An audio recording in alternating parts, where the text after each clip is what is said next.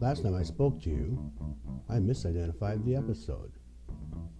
But this is correct this time. I'm Rob Schendel. Welcome to Rob's Feed. This is episode number 25. Earlier this week, longtime Indiana Senator Evan Bayh announced the day before the deadline to file for nomination that he would not seek re-election to the United States Senator representing the state of Indiana.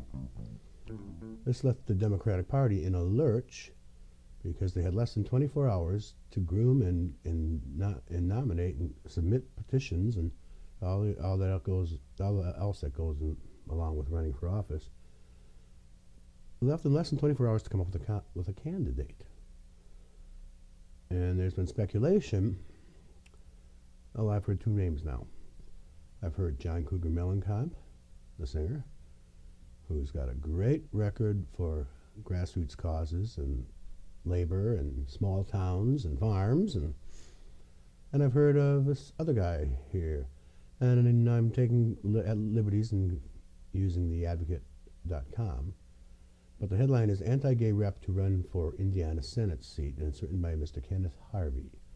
Indiana Representative Brad Ellsworth, a conservative Democrat who has an anti-gay record, Friday announced his intention to seek the Senate seat being vacated by Evan Bayh. Ellsworth, favored by the White House and the Democratic Senatorial Campaign Committee, rose to prominence after Bayh's decision to not seek a third term, according to the Washington Post blog, The Fix. Ellsworth has a poor record on gay rights and received a score of only 30 out of 100 in the Human Rights Campaign's scorecard for the 110th Congress, the 2208 term, which was his first term.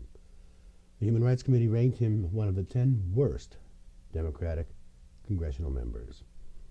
Reacting to the possibility of Ellsworth's candidacy, HRC spokesperson Michael Cole told the Huffington Post, "We do not generally get involved in these types of state party decisions."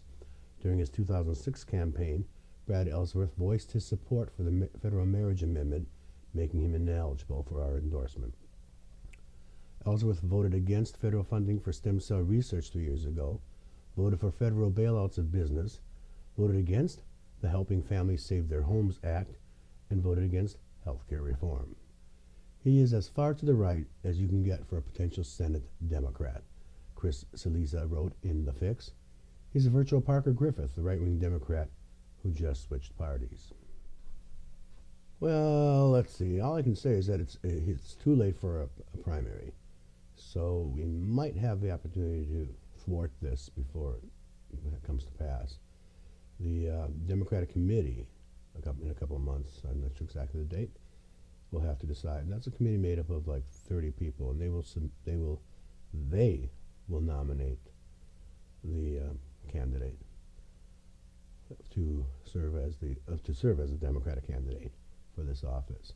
So we got to get a hold of those people, figure out who they are, and express our displeasure with Mr. Ellsworth. That's a whole lot easier to keep him from getting the seat than to keep him from getting reelected. And the last thing we need is somebody like this. An incumbent is very difficult to unseat, but it's not that difficult to keep him from getting the office in the first place. So anybody out there from Indiana, clue me in, let me know. What is the procedure? What's going on right now? And maybe we can, as I said, thwart this. Nip this in the bud right now. If you want to get a hold of me, here we go again. You can always write to me at robsfeed@gmail.com.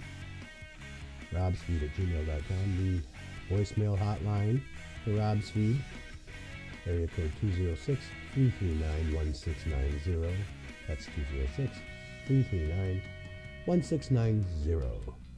I'd like to hear from you, even on Twitter. You can follow me on Twitter, the @RobsFeed. I'm Rob Schendel. Until next time, thanks for checking in.